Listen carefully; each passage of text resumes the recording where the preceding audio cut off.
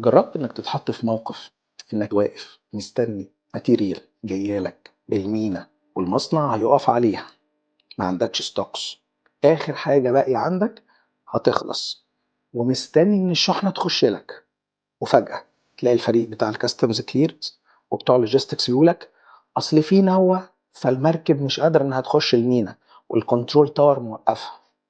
ديزاستر ممكن تحصل، امر خارج الكنترول بتاعك هيحصل، بس ممكن تعمل ايه؟ فكرت ايه اللي ممكن انك تأمن نفسك بيه؟ فكرت ان ممكن تعمل خطة وما تتحققش؟ تفتكروا ده اسمه ايه في السبلاي تشين؟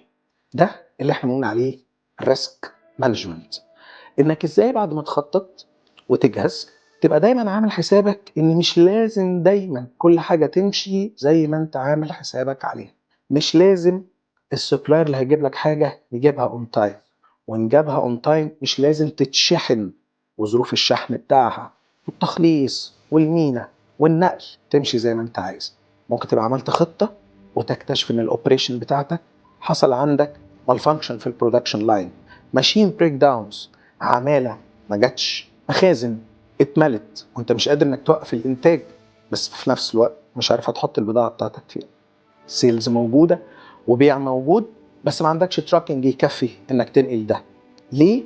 سواقين مجوش، سواقين خدوا اجازة، عربية عطلت في الطريق. كل دي حاجات بنشوفها كل يوم في السبلاي تشين.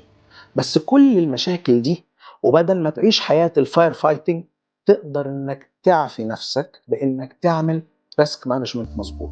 ريسك مانجمنت واحدة من اهم البروسيسز اللي لازم تتعمل دايما في كل الاكتيفيتيز في السبلاي تشين.